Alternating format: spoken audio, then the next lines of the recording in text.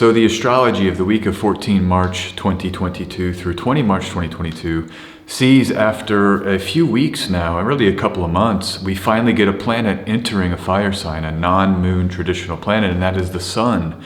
Will come to Aries this week. We get the fresh new year, the astrological new year, the beginning of a fresh start, and some renewed passion in our lives. And this will happen after a full moon in Virgo that is a climax of a kind, and then we can kind of settle in after this climax with this new fire element being activated.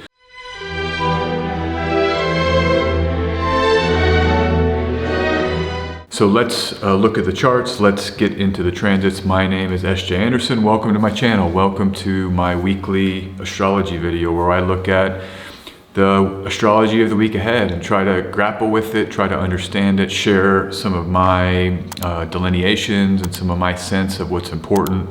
So welcome here. I do this every Sunday. And yeah, it's great to be here. It's great to be on the cusp of spring in the Northern Hemisphere and on the cusp of the heat that will come as the sun continues to become more prominent. The days continue to get longer and longer and longer. And so I'm very much looking forward to this Aries ingress. I think it will provide something we haven't had since Mars was in Sagittarius, and Mars left Sagittarius in early January, came into Capricorn. We have not had a traditional planet in a fire sign.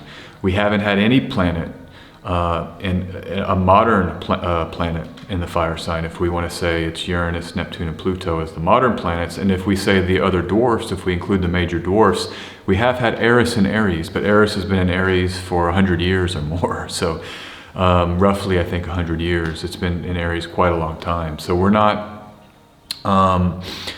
it is a big deal to have the sun here coming into Aries. And I'm excited for everyone because this will bring a renewed sense of maybe passion and force into an area and sector of our lives. Just to come back and think about the context of this Aries ingress of the sun, think about what we've gone through since November. Venus came into a Saturn-ruled sign, Capricorn. Venus then stationed retrograde on Pluto at a triple pass over Pluto there in late Capricorn. Venus then had a full retrograde cycle in this Saturn-ruled sign. Mars came and joined Venus. We had a Mercury retrograde in Aquarius back into Capricorn. And now Venus is still in a Saturn-ruled sign. It's in Aquarius now with Mars. But we have had a multi-month Saturnine restricted, heavy-weighted period that we are now, I think, going to start coming out of in full. And that will climax or culminate. Jupiter and Mars will be together in Aries in May and in June. And so now with the sun front running, and now it's the first of many planets that will enter Aries over the next couple of months. Mercury follows the sun. Then you have Venus, then Jupiter, then Mars, I think in that order. So a lot of planets will be entering Aries. What that means is that that's a part of your chart in life, right, that is about to be heavily activated in a series of activations. And so everybody out there that's somewhat astrologically literate, get to your Aries sector, start preparing for those house topics, getting your head around what they mean, or what's your relationship in your current life to those house topics, and how can you reorient or improve the mental perception of what may be to come as it relates to those house topics. That's what I think we should all be doing. And you probably may have seen forerunners to this. You may be feeling that already. Remember, life is a flow. Life is not a just stop and start where a whole new set of conditions emerge overnight. It can be like that sometimes, but it is a flow of events. And so the Aries themes are probably extant. They may be building. I know for me, I've seen some new themes emerge and I'm like, okay, this may be part of that Aries story. So be aware, and this week I think it will continue to ramp up, and so that's the exciting thing about astrology. We can sort of time sectors or themes and life topics through the houses, the 12 astrological houses. And so that's kind of the context. We're coming out of heavy Saturn. Remember, there was a period where 6 of the 7 traditional were in either Aquarius or Capricorn for a good chunk, a few, 10-day stretch, I think it was, and then the moon came back through back in February. And that's harsh. Saturn can be a harsh energy, a cooling, isolating harshness that comes with Saturn. And then we had Jupiter in Pisces that whole time, kind of the waves and storms of Pisces and the upheavals and what's real and what's the truth and holding on for these big changes that are going on in reality.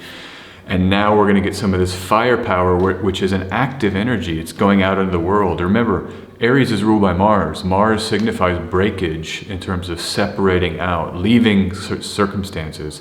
Mars is it's that energy where, like, you pack your bag, you go to your parents and say, I love you, I'll see you on the other side. And you embark on that journey of youth when you break out of maybe the familial conditioning or what was formerly a maybe supportive home type environment. Mars wants to break away from that and go on an adventure.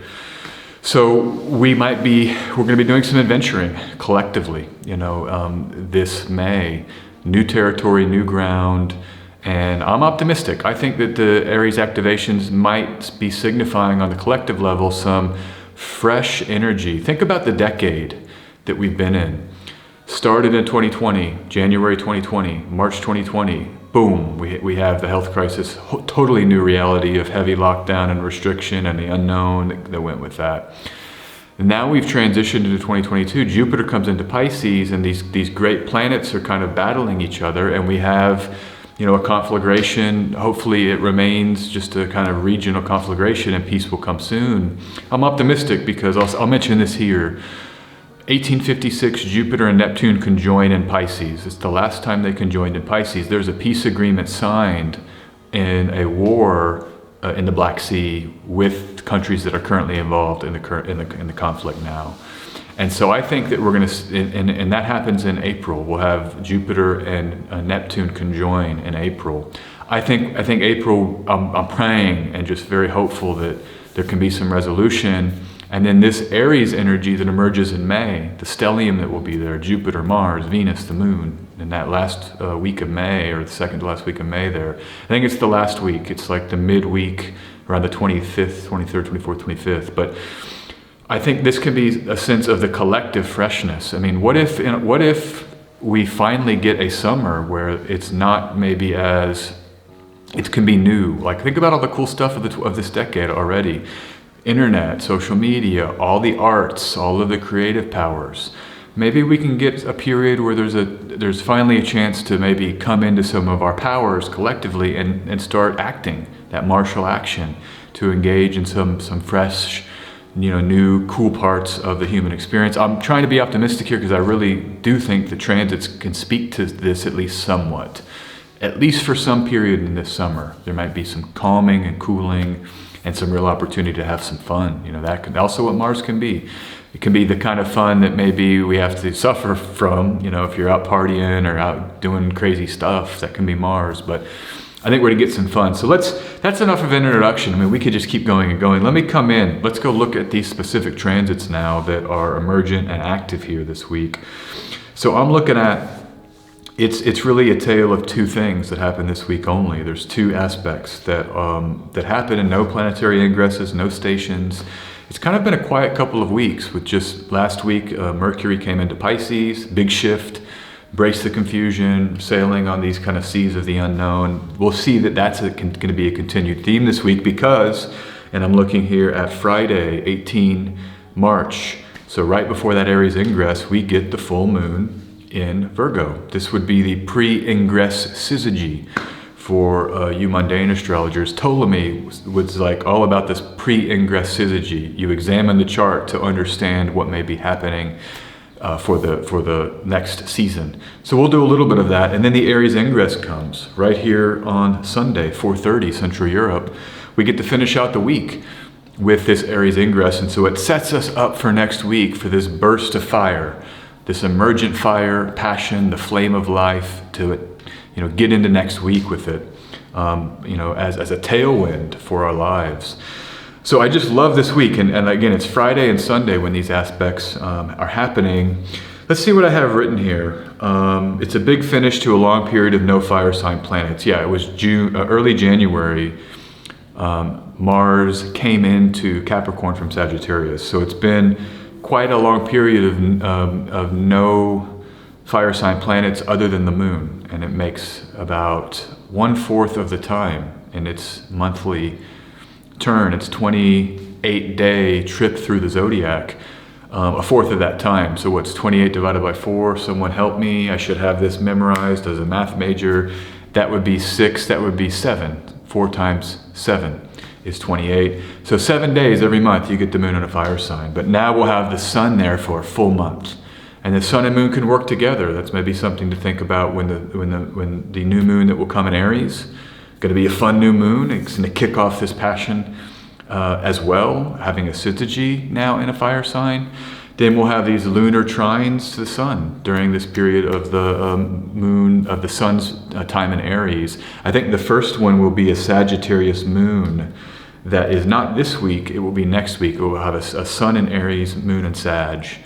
And I'm liking that. That might be a nice kind of fire. The sun and moon are the architects, are the key nodes for all of astrology and all of reality. It's where the eclipses come. The most important thing, maybe, I was having a conversation with a friend this week. The eclipses, the sun and the moon are kind of the driving force at some fundamental level of the architecture of our simulation or the experience of being alive. I believe that. I believe they're primary. And when you look at the 7 traditional planets, you have 2 massive lights in the sky, right? These 2 round shapes that take up a large chunk of the sky when they're up there. That's the sun and the moon. And then everything else is a tiny little dot of light. And so the sun and moon, in terms of how we perceive them, also take preeminence. So I'm looking for maybe those fire trines with the sun and the moon. Okay, let me come back in. We'll now end that with an exalted sun. The sun is exalted in Aries. That's the other thing. What is the sun? Consciousness, the perceiver, the ego, not in a bad way, but just our sense of identity, our leadership skills, what we bring to a space. You know, who are you? Who do you want to be? I think it's good to have the sun here while we have so much Pisces. This will end the first of 2 Pisces stelliums. When the sun comes into Aries, it now leaves Jupiter and Mercury only. And then Mercury leaves, and then it's in early April. Venus first joins Jupiter, and then Mars. We'll get that second stellium of Venus, Mars, and Jupiter in Pisces. And so I like that with a lot of Pisces, which can be unsustainable and maybe engender confusion and a sense of what's happening. With the sun exalted here in Aries, I think it's a very nice additional component to the energies that are extant right now. Who are you? Who do you want to be? What do you want to do this summer? What do you want to do in 2022? And then in 2023, we have Jupiter in Aries, summer 2022, first half of 2023. I think it's for action, when we take action. My experience with it is it can help to just have some sense of an identity, and wearing it like a loose garment. I mean, ultimately the identity, if you go with the Buddhist tradition, which I tend to like, is that there is no self, and we're just this ever-changing amalgamation of, you know, things placed on us: family, culture, our bodies, everything. That's a little bit of an extreme, and if you kind of counterbalance that with the Christian or Vedic model, that there is this spirit, this Atman, that we have, or a soul, the shard of God in us. I think that both those things, this is my worldview, but they're both kind of simultaneously true. But it can help when, like for me, I'm an astrologer. That's my current identity. That's an identity that I've embraced. It came to me and I've embraced it, and that's how I think about myself. That's how I organize my action. I mean, I give readings, I do videos every week. This is something I've committed to as an identity, and it helps me with action. It helps me determine what this summer I'll be involved in. I'll be doing a lot of astrology. I'll be, fulfilling my duties and kind of discharging this role that I have taken as an astrologer. But you might have other roles, and I play other roles, but I mean, what's your role? What's your identity? And this can form a container so that when you act, you have the necessary tool set. You know, like for me, I'm an astrologer, so that what follows as a corollary pretty quickly after is that, yes, I give readings, I write about astrology, I think about astrology, I talk to astrologers, I study astrology. There's certain things that come with that identity. Let's say you're a teacher. Well, that means, where are you teaching? Who are your students? What do you need to do to best engage those students? I mean, that's what I kind of like about identities, is that they come with a prepackaged set of actions for us. And that can help us know how to behave in the world. And so whatever your identity is, think about what are those corollary actions that follow immediately after that, and what can you then be doing to prepare this week, Sun into Aries, Sunday, for this heavy Arian activation, all of 2022, or much of 2022, and then into 2023. Eclipses then come into Aries in the second half of 2023. This came up in some readings this week. Aries is heavily activated for the next 2 years at least. So it's, this might be the beginning here of a kickoff in a way. This is the first Aries sun we've had with Ketu in Scorpio, also ruled by Mars. And so we're coming into this eclipse activation for the Venus and Mars sectors of the chart as well. I do think this is quite significant, this symbolically, because it does kick off now massive Aries activation for, like I said, 2.5 years, maybe more. So, okay, let's come back. What else do I have written here? This should inject some heat and passion into an area of your life, which will help with the full moon come down. So that full moon is on Friday at 8:17 a.m. in Central Europe. There's going to be a come down. Every full moon, it's like, and it's just a come, so having the sun in Aries 2 days after this might help kickstart, our integration post full moon. Let's see here. Mars does rule this sun during its conjunction with Saturn in early April, not March. And that is something to keep in mind here. So the sun will be disposed of by Mars when Mars and Saturn meet. I think it's April 4th. That conjunction of Mars and Saturn is pretty intense energy. It's applying right now in the sky. Fixed signs, this is the first of 2 heavy fixed activations and late fixed signs. It's Mars and Saturn conjoining with the nodes pretty close by degree in those last 10 degrees, so you've got a T-square, right? And then this summer, July and August, you'll have a repeat of this T-square with Mars in Taurus squaring, and with Uranus, with the North Node, squaring Saturn. So this is another track right now of what's so important with this year. It's not just the Aries activation, it's our fixed axis, particularly late fixed. And one thing to say, when we're preparing for dynamic activation with Mars and Saturn, it's, sometimes it's just as simple as knowing that that's what's happening in the sky, because whatever challenge or obstacles are triggered, or challenges or difficulties, it's like, okay, look at this astrological activation of hard aspects with 2 of the kind of harsher planets. Okay, cool. This, I can understand that that's part of the symbolic kind of manifesting structure. And then it's going to end. In 2022, this will be over by 2020. So Mars and Saturn won't make a hard aspect again in fixed signs after this year, the two that they make. The one in early April, and then the one in, I think, July or August, I forgot. I think it's later in August, early August. So anyhow, that's another part. And what was I writing about here? So the sun will be ruled by Mars during this first one while it's in Aries. And so I think there's something there where maybe it's pointing us to the importance of that Mars-Saturn conjunction. The sun can represent the collective consciousness, the spirit of humanity. It's the kind of fire of the sun in the sky that makes this human experience and experiment possible. And so I think we're going to have, remember how I was saying about the 1856 conjunction and that peace treaty in 1856? I think that maybe after that Mars-Saturn conjunction, then we'll get some openings for that. Mars enters Pisces in the middle of April. And that is when I'm kind of looking at maybe that peace treaty, maybe that eclipse at the end of April ruled by Venus and Jupiter. I'm thinking that pocket here, like 5th April to the end of April, is really when I'm looking for some kind of peace treaty. And pray for peace, or embody peace with your thoughts. Really trying to do it and trying to use some predictive tools. This one's pretty clear because we have a clear cut once in every 180-year transit, or 170-year transit with this Jupiter-Neptune conjunction in the same sign, that it was the same region, the same players, and it was peace. And so I love that we have that, because it can help us lean into some peace here and project that and become that. So, all right, let me see what else we got here.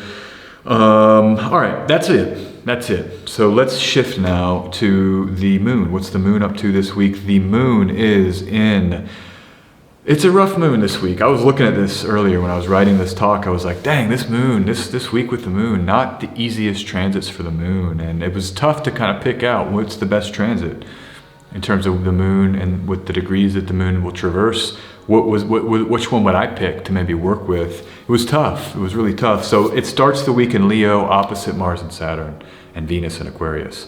So you have those oppositions. Maybe when the moon starts separating from Saturn, there's a little pocket of some maneuvering. But before that, and I think that happens on Tuesday, it's around noon in Central Europe. But before that, Monday, rough skies, you know. The moon is the trigger, the great activator, and now it's activating these applying aspects of Venus and Mars to Saturn. You know, and rough is just part of life, you know.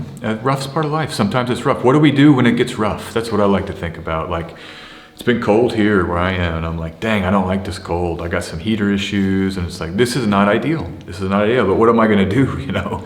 I gotta make the best of it. So that's why I have my hoodie and my scarf, and I've been keeping things, adapting. That's what rough going helps. We adapt to that, and then hopefully learn. And like, when I get a new apartment very soon, it's like I'm gonna look for certain things to make sure that the heat is a little bit more stable. So we learn from the roughness, and that's why there's the dynamic square and opposition. Many astrologers consider those aspects to kind of be the best in a way, because people are forced to then become greatness or to act even greater than they might otherwise. And so for you thinking about those fixed moments, the one in April with Mars, Saturn square the nodes, and then the one in July, August, where Mars is in Taurus with Uranus squaring Saturn, and then another T-square. Keep in mind, those are opportunities as well. They're opportunities to adapt to challenge. And so that's why the nodes are so powerful when we delineate, because they come to a sector of the chart and they activate, and we have to adapt. We change, they change us. We need to change as humans, I believe. We need to keep growing. You know, every breath is precious. Every day is precious. You know, you have a lot of power. You can make great things. And that's what the nodes will hopefully open up for us, to tap us into where we need to maneuver into greatness. So, okay, let me come back. So we start there, the moon opposite the Mars, Saturn, Venus. Then the moon comes into Virgo. This is the one I ultimately picked. It's kind of strange because there's a basic principle. The planet that rules the moon is the final outcome of an action. But, you know, I just went with this hoping that even though Mercury is in Pisces, fallen and in exile, it's getting closer to Jupiter. And so my sense here is that maybe that Jupiter can help Mercury right now with what it's navigating in Pisces. And so I'm kind of, you know, it's either that or you have these sign-based oppositions to Saturn maybe at the end of Leo, and I picked this one. You'll see, I'll talk about the chart later. But so then you have the full moon in Virgo, while being ruled by Mercury in Pisces. Then we get this Libra moon starting on Friday noon, 12:30 here in Central Europe, here in the Western Balkans where I live. And you have this Libra moon is really interesting because Venus now.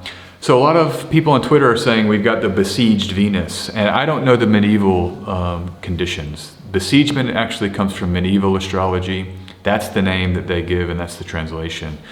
You know, maybe Islamicate, medieval. There's a whole separate tradition after the early Hellenistic flowering and flourishment.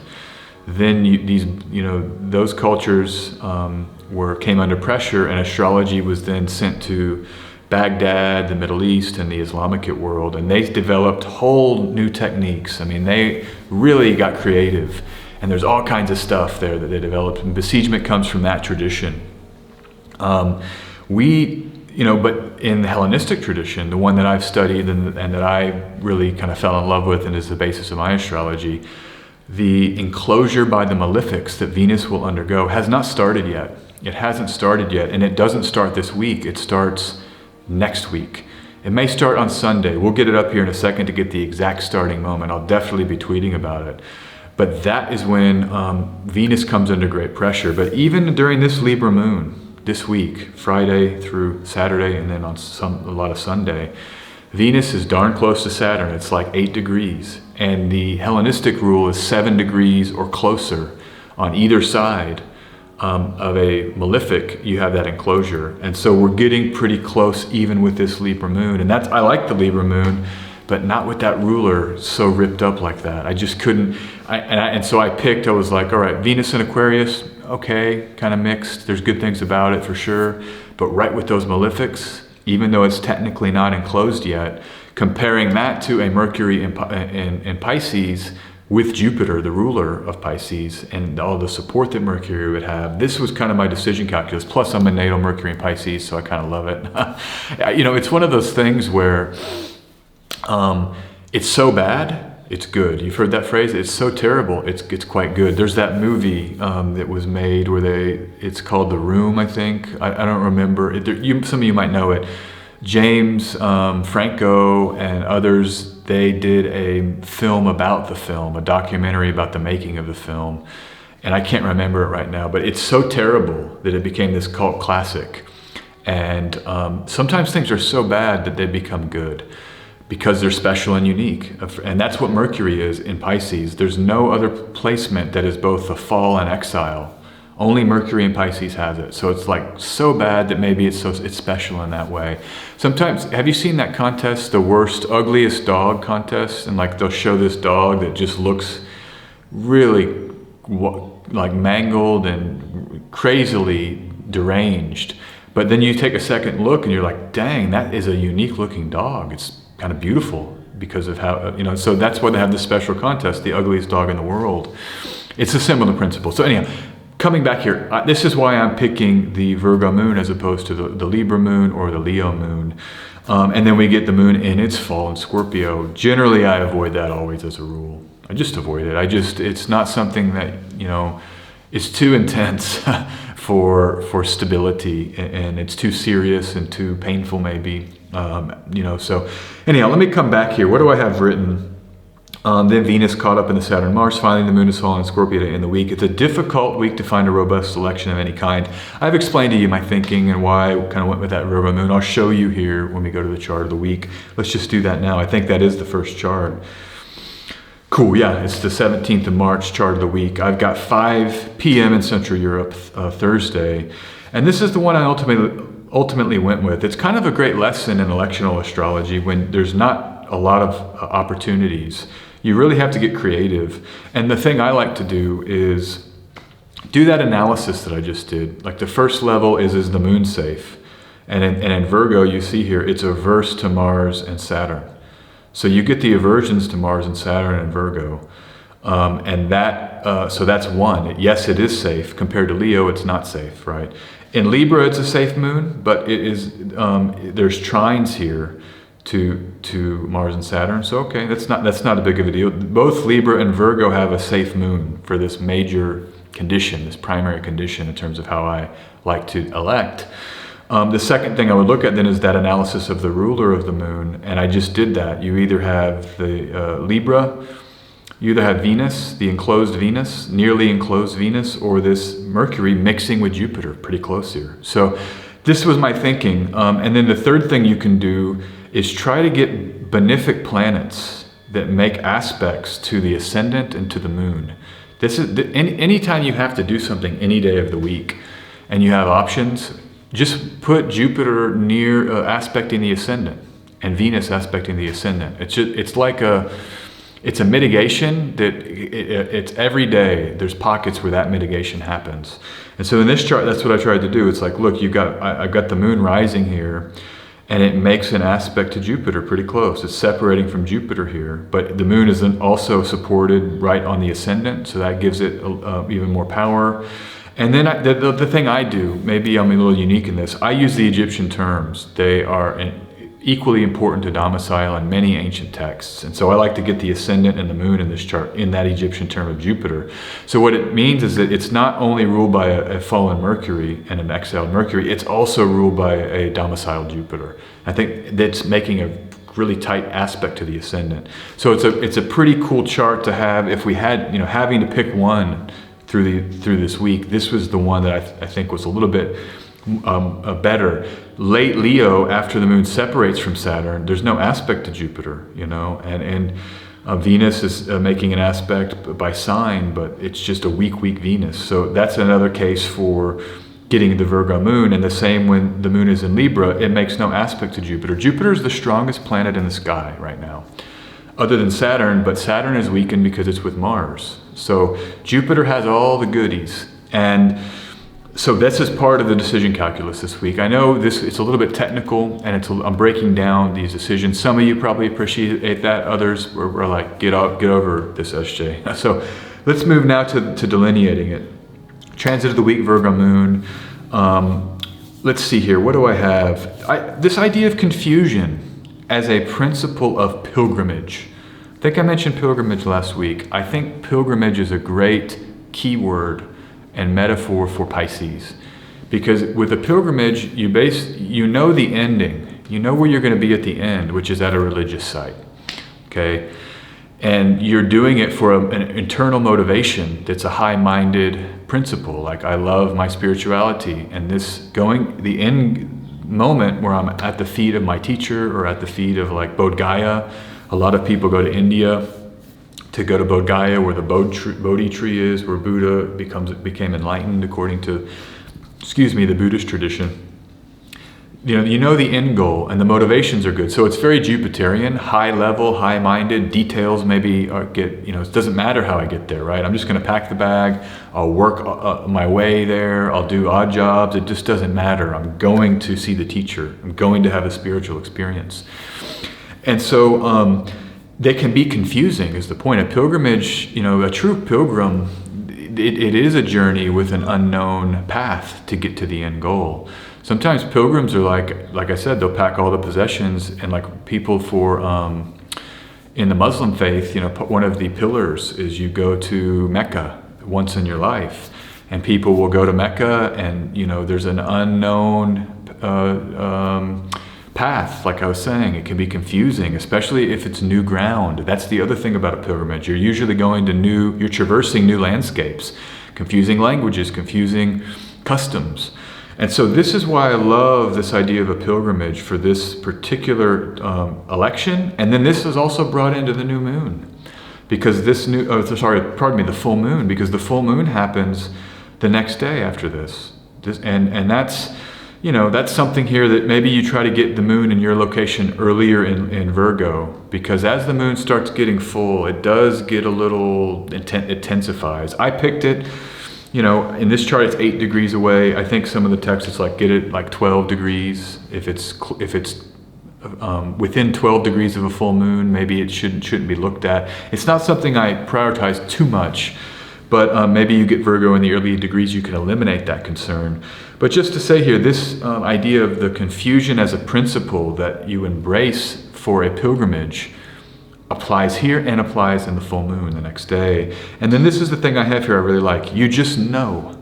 It's this phrase, look, I just know. I don't know how I know. I don't know why this is important. I just know I have to do this. And you see how Mercury, in that case, is subsumed into Jupiter. Mercury is the thing. Why? Tell me why? What do you want to know? Give me your reasons. Put it on paper. That can be awesome. But in this case with Mercury and Pisces, subsumed by Jupiter, it's like, look, I just know that's good enough for me right now, and I'm heading to that spiritual end goal, to see my teacher or whatever it's going to be. That's what I really like for this Virgo moon and for some principles here. So how could you use this? I don't really even know. I wouldn't be electing with this. I'm not going to use anything here for an election. I mean, you could, it's just the astrology this week is too rough. But if you have to elect, you could just try to do really anything. I mean, this might be the time to act.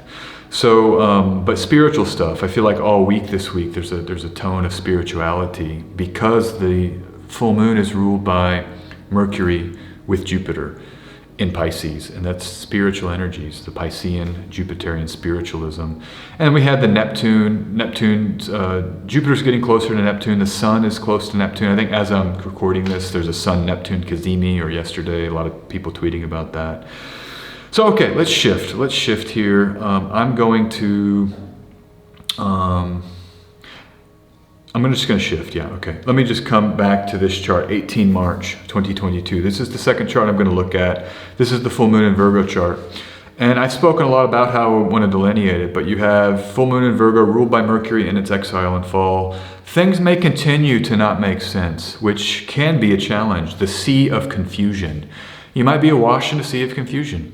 I know I am. I turn on Twitter lately. I've been really kind of disengaged with social media, all of it. I'm just like, why am I even looking at this? I don't even know what I'm looking at, you know?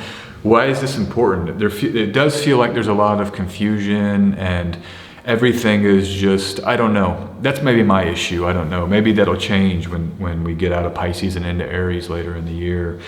But I think that if you're feeling confused, you know, the world is a really tough place right now. I'm not gonna, you know, for the obvious reason, that's confusing. You know, what is this? This is so like difficult and negative at times, but why is this happening? And what's real? When might it be over? You know, this is the stuff that I think there's a lot of confusion going down right now. And even with the economic stuff, I mean, I'll bring that in here. I'm going to talk about it later. There's another slide where I'm going to talk about this. But, you know, runaway inflation. I've never experienced it. And when I was in the early 80s, they had it. But I wasn't born, I think, when it was at its worst. And I was born into a moment when that was being resolved. But it's new, it's confusing. Like wheat prices there's protests where I live. People can't eat, like they can't both get fuel and food because the prices have skyrocketed, and that's confusing. How am I gonna get out of this? What will I do? You know, so if you're feeling something like that, just know there's a lot of confusion right now in the sky. Okay, both Mercury and the moon are reversed to Mars and Saturn. That's one of the good things about this Virgo moon, that it's not dynamically activating with maybe the most difficult stellium and the most difficult aspect in the transiting sky as Venus gets pinched in between Mars and Saturn. So this moon can avoid that. It is in the Egyptian term of Mars, so maybe there is some influence there, but Mars is an aspect. So that's something I like about it. Maybe it's more about our spiritual confusion and search and pilgrimage, these kind of high-minded goals, rather than having to engage so much these intensities of Mars and Saturn. I think we'll get more of that. The moon will come through Aquarius next week, and that's when we're really going to activate. It'll be the lunar transit that maybe is most activating of this Mars, Venus, Saturn. Actually, the Taurus moon later, I think, will be just as activating. Let's do that now. Remember, I promised I said we could get the exact moment when the Hellenistic definition of enclosure, when that triggers for Venus. And what I'll also do, we can check the exact date here so I've got my solar fire up. We can check the exact date of when so Venus becomes enclosed when it gets within 7 degrees of Saturn. And so here I am, this is gonna be on Sunday. The Aries ingress does not have this. So remember, the Aries ingress is about 4:30 on Sunday. Let's see when this gets within 7 degrees here. And that's when I think we might experience a kind of tangible shift in the mood of all. It's gonna be just hard all around, okay? I'm not gonna try to sugarcoat it. Venus throttled by Mars and Saturn. Knowing what we know about what's happening in the world, I think this could be some of the most harsh moments, frankly. But let's come through here. It's exact right here here we go. So right here it starts. This will be Monday at 5:30 in Central Europe. So right as Sunday goes into Monday in North America, and then it'll be Monday here in Europe. That's when Venus gets technically enclosed, all right? And then the other thing I'm gonna check is just that Taurus moon, and so actually the Scorpio moon will make an exact square as Venus is enclosed. Let's just see these moons here. I'm getting a little far out here, but the topic has come up. We might as well engage it while we're here. So actually the Aquarius moon, the moon is in Aquarius as Venus joins Saturn, and that will be in 2 weeks. Let me get the exact moment of the Venus-Saturn conjunction. When does that happen, and where is the moon in relation to that? Here it is. So the moon is in the same degree. Wow. In the 21st degree, or the 21 degrees rather, the 22nd degree of Aquarius, the moon, Saturn, and Venus will all be there on March 28th. This is when I think we might hit some bottoms with everything. And then it will be clearing into Pisces and this kind of treaty stuff. And I'm doing a little bit of my own sense of the mundane astrology. I hope you find that useful. Energetically, there's 2 more fixed moons that will be tied in to Venus's enclosure. That was the point I wanted to make and show you here. And that is 28 March is the last one, and then it's the Scorpio moon that hits this weekend and into early next week. Okay, let's come back. I can get lost on this stuff, and it's just, there's always more technical knowledge to find in specific dates and specific aspects. I like that. It's essential for astrology. But I think the other part of it is these higher level themes that we can try to process maybe with, one idea, even like Venus enclosed between Mars and Saturn. What's the one idea? Well, is beauty might not be as accessible, connectivity might not be as accessible, and there might be just a sense of loneliness is really maybe what I would say, feeling lonely and disconnected. So maybe this is the one high level idea. If you're feeling a little lonely and disconnected, know what's happening in the transits. This transiting sky, it's a big cause of that, likely. So okay, let's come back. The other thing about this syzygy, about this full moon in Virgo, you have a fixed star conjunction quite close. And this is and I saw this earlier, I was like, dang, I want to talk about it, but it's kind of pretty straight on symbolically for what's going on in the world. Alkaid is the fixed star that the full moon will be within a degree of 24 degree minutes. This is Ursa Major, the bear, the great bear. And what else is known in our world as the Great Bear, right? One of these nations that's the big nation involved in this conflict. So this full moon on the tail of the Great Bear and a fixed star that's known by Ptolemy to be associated with Mars. And it's said this is how Ptolemy or Robeson writes about it. He says that, it's quiet, prudent, and kind of self-controlled and patient, but if it's roused, it goes berserk and revengeful and anger. And I think this is showing us actually, I've seen these fixed stars, projected degree position of the fixed stars conjoining the moon at a syzygy, to be one of the most interesting synchronistic techniques that I've engaged with directly over the last 3 years. There have been some that are so uncannily accurate symbolically with what is happening in the world, and I think this is going to be another one. I think we're going to see, more headlines, a continuation of everything that's going on with the Great Bear, that is this nation. Then we have the Great Bear, the major fixed star in Ursa Major, activating this syzygy. So just get ready for more headlines, and this might be a good place. How are you coping? Are you able to turn off the news if it gets too intense, if it's triggering up fear or anxiety? Are you able to kind of get away from it, or have people you can share your feelings about? I think that's that's been helpful for me. Listen, here's my feelings and thoughts, and here's my fears, and just get it out. That might help. And that's what I think that Venus too. It might be that we're relating around difficult themes as Venus gets closer to Mars and Saturn too. You may want to say, hey, I'm feeling sad and lonely. I'm scared about what's happening in the world. And that can just take the power away. The other thing I was going to say, how is anger being managed? Your own anger, your own frustration. But the other, so you might want to consider this with this syzygy conjoining the fixed star. But the third thing, Ursa Major is a special constellation. It never goes below the horizon. It's very close to Polaris. And so it's circled in the northern hemisphere. You see it always. It's circling around the pole star. And so there's a theme in the writing about it, about Alkaid and Ursa Major, the cyclic nature of life. We're going round and round, revolution, round and round. And seeing that these deep structures, these deep patterns of reality exist, it does take the pressure off a little bit. I think there's some alleviation that can happen just to settle in. Okay, this is life. Inflation cycles are real. War cycles, inflation cycles, peace cycles.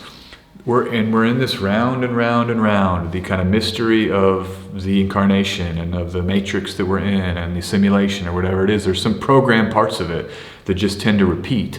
And so you can take solace in that. This is just something that may need to happen at some deep level.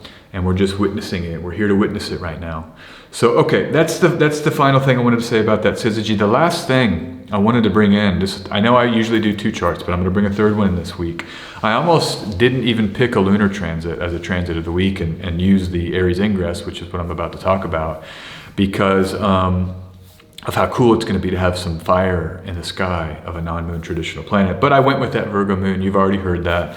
But I wanted to just mention the Aries ingress. It's an important chart. This is the astrological new year. This exact moment that the sun comes into the first degree of Aries, 0 degrees, 0 degree minutes. this chart becomes a root chart for the rest of the year in mundane astrology. And so I just wanted to just look at it and give a little bit of some ideas here about it. Venus is not quite enclosed, right?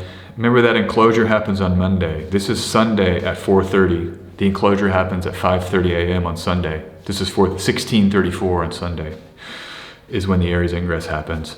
But it's still darn close to an enclosure. And, it's maybe close enough, 20 degrees minus 13 degrees. If we eliminate degree minutes, you've got 7 degrees. So, sometimes these older texts, they're not speaking to these real technical, they say 7 degrees, but do they mean take into account degree minutes? Or, so maybe it's basically here, effectively here. And this locks us in for the rest of the year. Because of this symbolism with Mars, Saturn, and Venus so close, in the Aries ingress chart and ruling the moon, you see that the moon is in the anaretic degree of Libra, late Libra, ruled by that Venus that's under pressure. The sun ruled by the Mars that's mixing with Saturn and Venus. So the two luminaries get mixed in with this stellium, this difficult triple conjunction in Aquarius. These aren't easy transits. This isn't easy symbolism. And I have inflation austerity here. I think this rest of this year, even if there's a peace treaty, we're going to be dealing with the fallout and the inflationary fallout and the economic fallout of what has happened. Not only with the war in the short term, but all of the things that have gone on leading up to this. Inflation was extant before this conflict. And so I'm looking for this. The moon can be people in electional astrology, the masses of people. And I just think I think this is going to be a tough year. I'm just going to be honest. I think we're going to have some toughness economically. And like where I live, people, they don't make as much as some other countries. They make more than some, but they don't make as much as some. A lot of people in the world, majority of people in the world, in fact, can be greatly affected by this runaway inflation. That's what has me concerned here. And so if setting that aside, the other symbolically, I just think about simple beauties. In a situation where maybe the money can only be spent on a few essentials, we have to find pleasure in the simplicity of life. Maybe that's what if there is an upside or has to be an upside, which we can say maybe it's finding the beauty in the simplicity, going outside, seeing the sunset, seeing nature. There's beauty doesn't have to exist on the canvas. Picasso's awesome. But so is the leaf outside, So that's what I think this may be pointing us to, is finding the beauty within the challenge and difficulty. And then the relationship wealth. It's like in a time when there's upheaval and crisis, you might find you're connecting with people that are like-minded, or you find support from other people. Because relationship wealth is really hard to strip away, even when people have very little. I was living on a farm at one point. We didn't have a lot, but we were eating these very simple meals, and we just had each other. There's something beautiful about that. So maybe that's what Venus being so important here in the ingress chart, but being heavily under pressure, we have to kind of find the Venus in the challenge. And those are some of the ideas. So I just wanted to share those ideas with you. Let's move now, and let's get this tarot card to close out this week's of astrology. See what kind of theme we can add with the cartomancy and the tarot. Let me just pull this now. Let me get the card. Okay, interesting. Let's see what this card is. It's an earth sign. It's an earth card. It's going to be a diamond, but let's see which one. And let's see what planets are involved, and let's see where. It's like a oracle deck, right? Any deck of cards, you just can assign the symbols. And the tarot tradition, especially in the recent years, last like 100 years or 200 years, we assign planets and signs to cards in the tarot. And that's what I love. That's how I really love to read tarot, is engaging with the planetary symbolism. As an astrologer, I use tarot and astrology together in coordination with each other. And this is the 8 of diamonds, production. The sun's decan, that first decan of Virgo. And maybe this is telling us, I already talked about this, I alluded to this decan earlier in the talk, where I said, maybe you can find early degree Virgo moon, because it will be not far enough away from its fullness that maybe it's a little bit better. So maybe this underscores, like my transit of the week, I could just go back and have the moon like on the IC or the moon on the descendant as a way to get it earlier. But other than that, look at the symbolism here. We're talking about the sun in Virgo, a very productive placement. I've got this card, I've called it production. But the idea that we're getting into the nitty gritty, the kind of practical next steps of how to function. I know what I wanted to say here. Remember earlier I was talking about the pilgrimage. One idea that I was thinking about earlier when I was writing this was, when we have confusion about the methods, but we know the end goal, sometimes it just helps to literally take things it's a cliche, but one day at a time. If you watched Euphoria, you saw the scene, I think Cassie is the character's name, and she says, just take it one day at a time. When she's talking to Rue, this main character who's having addiction problems, and everybody's kind of laughing at that. But it's great advice. But even if you're like crossing a river, sometimes it's the next like rock. You literally have to like test out, okay, that's a stable rock. Okay, let me put my weight on that. Or like rock climbing. This is the kind of Virgoan detail orientation that as it combines with the pilgrimage idea, Jupiter and Pisces, we don't have to get everything clear about the whole journey, but the next step is what's important to lock in on. For production even too, if you're like these production lines, it's like sometimes people have one task that they're good at, and they get that done, and then there's another task, like in watchmakers and watchmaking factories, like the person that's putting the glass onto the case. That's that expert. That's that person's job. So this is how I want to bring this in. I think it fits with the Virgo moons ruled by Mercury and Pisces. It's not the whole thing we need to have an analytics of. It's literally the next step. And then keep the end goal in mind. Okay, I'm going to end it there. That's the weekly astrology. That's the weekly tarot. Thank you very much for being here. It's an honor and a privilege to engage these topics and these symbols with you, and have a wonderful, wonderful week. Enjoy this Aries ingress. Don't forget to look at the Aries sector of your chart. Where is that passion and fire? Where is it coming into topically for you? Talk soon.